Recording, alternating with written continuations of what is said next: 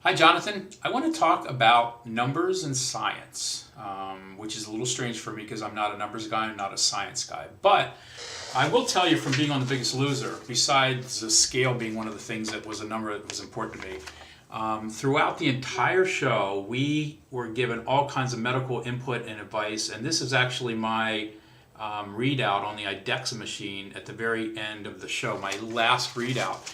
And I had started the show at 50.9% body fat, and I lost half of that. I ended up leaving the show at 24.7% total body fat, which is still not great, but it's a lot better than 50%. So those were important numbers to me on the show. And then kind of learning about the Smarter Science of Slim, and everything that you're doing is science-based. You and I have talked about this before. There's a paradox between you tell us not to measure and really just to eat sane and your body will take care of itself, which I agree. I mean, it makes sense. But I know I'm still a recovering measureaholic, and there's things that the numbers really mean something to me. It helps guide me, like my personal best if I'm running a 5K or a marathon or anything else.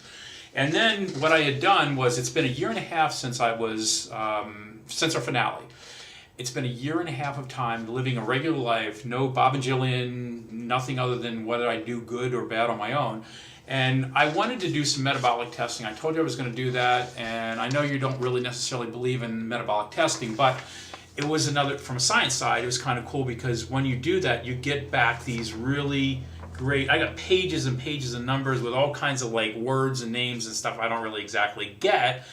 But the good news from that was, as I told you in my last video, because I've been pretty much eating sane for the past really year, I guess it was, about a year ago that you and I started talking about this, and I really got serious with it probably 6 months ago. Because I've been eating sane overall,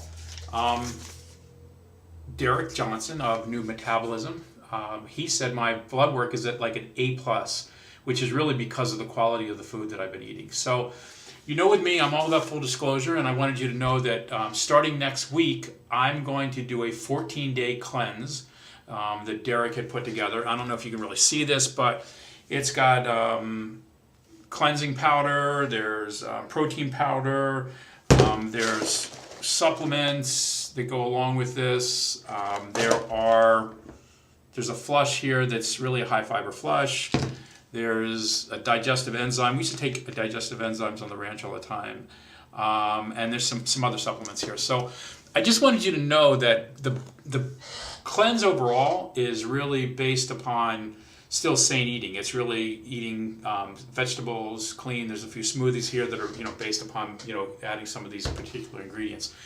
But I'm going to look at it as a way to kind of reset what I've been doing, and I just wanted to share that with you. I'm going to also share it with people online so they have some point of reference. So it's fun. I got to tell you what, I love getting the numbers. You've gotten me hooked on science.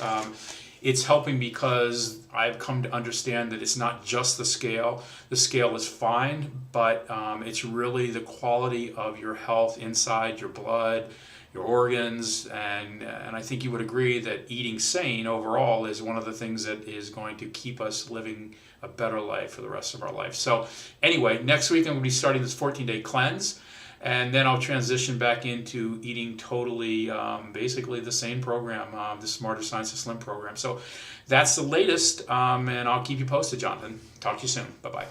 Hey Jay, I'm so happy to hear that you've got what sounds like an excellent, motivating kickstart program set up. I think a lot of the things we see around us today, these more modern techniques of cleanses and pills, powders, and potions, if those are effective in terms of motivating us and they actually help us, of course I would never criticize anything like that. But for some of us, I know they can sometimes make things seem complicated, and I just want to remind us really quick that these pills, powders, and potions can't be required for long-term health and fitness. And the reason we know this is true is they didn't exist prior to the obesity and diabetes epidemics existing. Now, of course, this isn't meant to imply that they're the cause. One could make an interesting case that they might be, but it's simply to, if we look at the data, like if we look back at 1890, the rates of obesity were about 3.2%. Today, they're about 40%.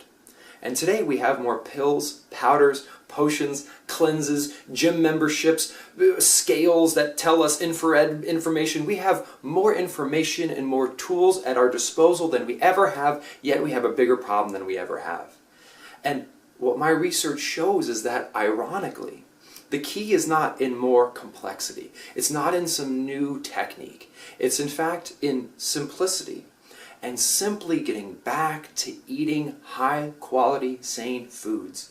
And if we do that, we will fundamentally enable our body to run the way it was designed to run, to keep us healthy and slim naturally, as we have done successfully for hundreds and thousands of years, and as every animal in nature does.